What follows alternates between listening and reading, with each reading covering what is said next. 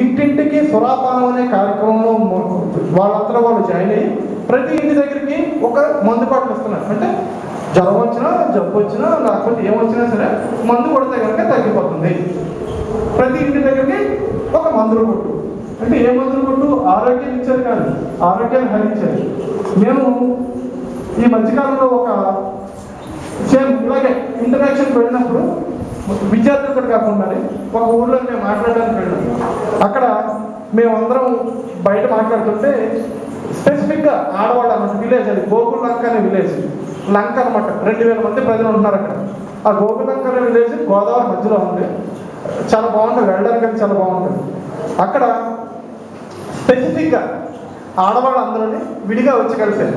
ఏంటంటే నేను చెప్పింది ఏంటంటే, అయ్యా మీరు చెప్పింది చాలా బాగుంది, మీరు చెప్తున్నవన్నీ ఇంకా అద్భుతంగా ఉన్నాయి, చాలా నచ్చినాయి మాకు.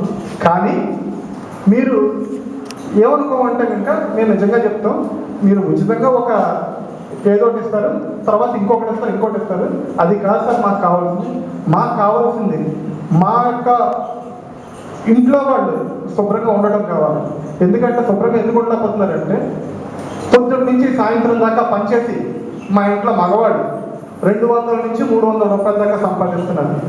సంపాదించిన డబ్బుల్లోని ఒక్క రూపాయి కూడా ఇంటి దాకా రానివ్వట్లేదు. తీసుకెళ్ళి డైరెక్ట్గా వెళ్ళిపోయి లిక్కర్ షాప్కి వెళ్ళిపోతున్నారు.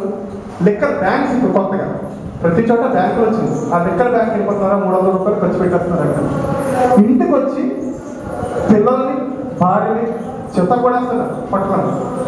ఏం చేయాలి?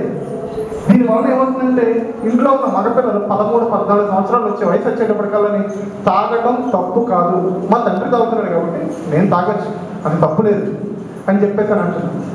సో 13-14 సంవత్సరాలు కానీ 15 సంవత్సరం వచ్చేటప్పుడు తాగడం మొదలు పెడుతున్నాడు.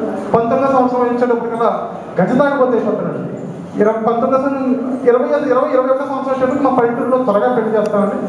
ఆ పెళ్లి చేయడంలోని